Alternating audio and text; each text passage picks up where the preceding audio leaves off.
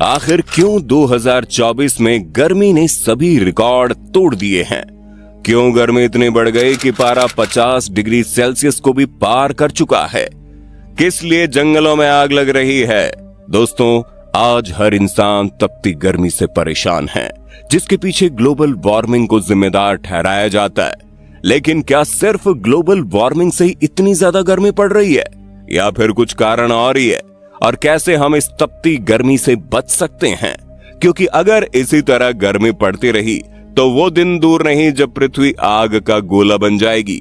दोस्तों, सबसे पहले हम आपको ये बता दें कि इतनी भयानक गर्मी केवल भारत और अफ्रीका में ही नहीं, बल्कि दुनिया के कोने कोने में देखने को मिल रही है।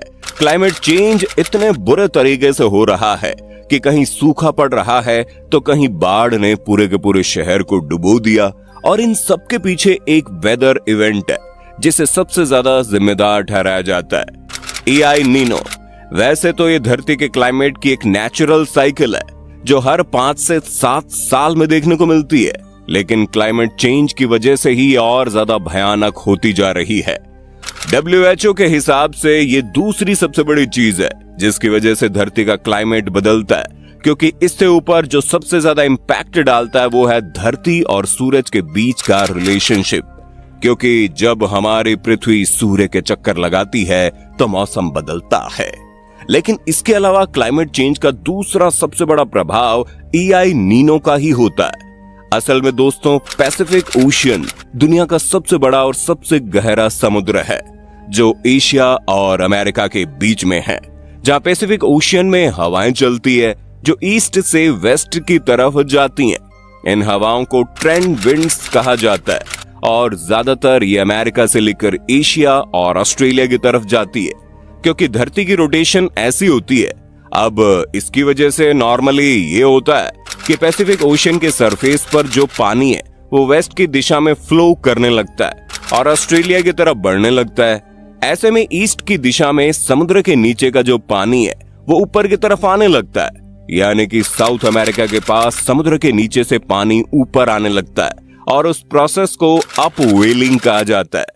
ये जो पानी समुद्र के नीचे से ऊपर आता है ये ज्यादा ठंडा भी होता है और इसमें ज्यादा न्यूट्रिएंट्स भी होते हैं, जिसकी वजह से मरीन लाइफ को भी फायदा मिलता है। यानी कि जो गर्म पानी है वो ऑस्ट्रेलिया की तरफ चला गया और जो ठंडा पानी है वो साउथ अमेरिका की तरफ आ गया। अब जब पानी गर्म होता है तो वो जल्दी भाप में बदलता है, जिसके कारण बादल बनते हैं और ऑस्ट्रेलिया के पास ज्यादा बारिश देखने को मिलती है। ऐसे में दोस्तों, मान लीजिए ये ट्रेंड विंड्स कमजोर पड़ गई, ये हवाएं पैसिफिक ओशियन के ऊपर से इतनी तेजी से नहीं बह रही, जिसकी वजह से गर्म पानी ऑस्ट्रेलिया के पास नहीं जाता और वहां बारिश नहीं हो पाती, तो ऑस्ट्रेलिया काफी ड्राई हो जाएगा। और इसी फिनोमेना को एल नीनो कहते हैं, जो एक साइकिल की तरह चलता रहता है। हालांकि ये कोई रेगुलर साइकिल नहीं है, कभी ये फिनोमेना 4 साल में होता है तो कभी इससे ज्यादा समय लग जाता है, लेकिन जब ये फिनोमेना देखने को मिलता है तो पूरे 6 से 12 महीने तक चलता है और इस दौरान दुनिया भर में मौसम में बदलाव दिखते हैं। ऑस्ट्रेलिया और साउथ एशिया के देशों में इसकी वजह से ज्यादा गर्मी पड़ती है, हीट वेव्स का रिस्क बढ़ जाता है। दोस्तों, आखिरी एल नीनो का इवेंट 2018-19 में हुआ था, जो कि करीब जनवरी 2020 तक चला था और इसीलिए ऑस्ट्रेलिया में भयानक बुश फायर दिसंबर 2019 में देखी गई थी। और अभी भी एल नीनो चल रहा है, जहां पर एक तरफ एशिया और ऑस्ट्रेलिया में गर्मी पड़ रही है तो वहीं साथ ही अमेरिका में भयानक बारिश हो रही है।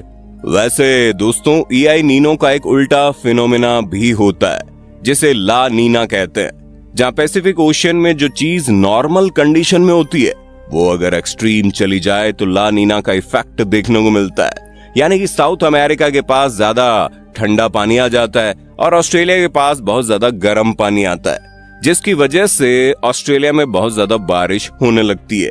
दोस्तों, इसके इवेंट्स 1 से 4 साल तक लंबे चल सकते हैं। तभी तो 2019 में जब ऑस्ट्रेलिया में सूखा पड़ गया था तो 2021 में ऑस्ट्रेलिया के अंदर ला नीना के कारण बारिश हुई और आधा ऑस्ट्रेलिया डूब गया। ऐसे में दोस्तों, वैज्ञानिकों का मानना है कि जुलाई और अगस्त के महीने में ही ला नीना शुरू हो जाता है, जिससे भारत का जो मानसून है वो सामान्य से ज्यादा बड़ा हो सकता है। क्योंकि पिछले साल EI नीनो के कारण बारिश इतनी तेज नहीं हुई थी और इसी वजह से सदर्न अफ्रीका देशों में सूखा पड़ गया और काफी ज्यादा गर्मी पड़ी।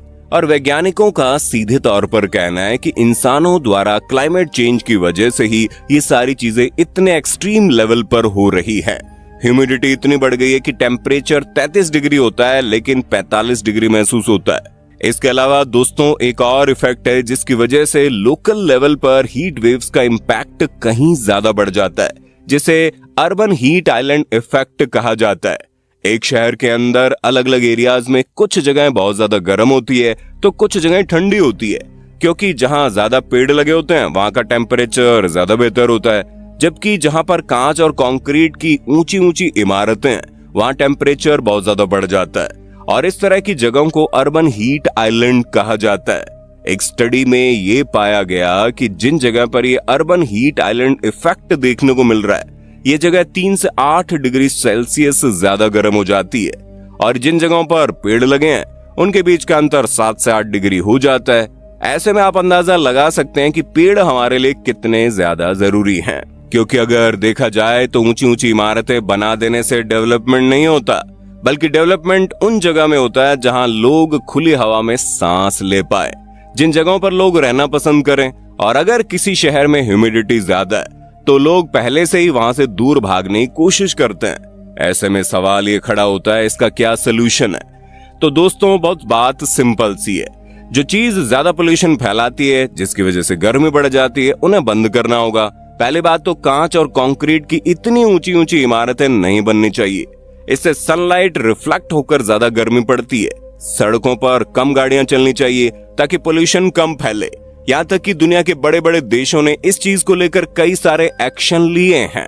पेरिस के अंदर तो वहां की सरकार ने बहुत बड़े स्केल पर गाड़ियों को बंद कर दिया, पब्लिक ट्रांसपोर्ट पर ज्यादा फोकस किया और ज्यादा से ज्यादा पेड़ लगाए, साइकिलिंग को प्रमोट किया। ये सारी चीजें सिर्फ इसलिए की गई ताकि अर्बन हीट आइलैंड का इफेक्ट कम हो जाए और लोगों को एक ज्यादा बेहतर माहौल मिल सके, गर्मी उन्हें परेशान ना करे। इतना ही नहीं दोस्तों, ज्यादा एयर कंडीशन का इस्तेमाल करने से अर्बन हीट आइलैंड का इफेक्ट बढ़ता है, उस पर भी हमें लगाम लगानी चाहिए, क्योंकि जितनी भी चीजें हमारे लिए अधिक सुविधाजनक दिखती है वो आगे चलकर हमारे लिए उतनी खतरनाक बनती चली जाती है। ऐसे में सबसे पहले तो ज्यादा से ज्यादा पेड़ों को लगाएं। जिन चीजों से ज्यादा पोल्यूशन होता है, ग्लोबल वार्मिंग होती है, उनका इस्तेमाल ना के बराबर कर दें और पब्लिक ट्रांसपोर्ट पर घूमना शुरू कर दें, क्योंकि सड़कों पर जितनी कम गाड़ियां होंगी बाहर का मौसम उतना ही सुहावना रहेगा। दोस्तों आपकी स्क्रीन पे 2 और वीडियोस दिख रही हैं, जिसे देखने के लिए आप इस स्क्रीन पर क्लिक करें। दोनों देखिएगा, बहुत अच्छी वीडियो बनी है।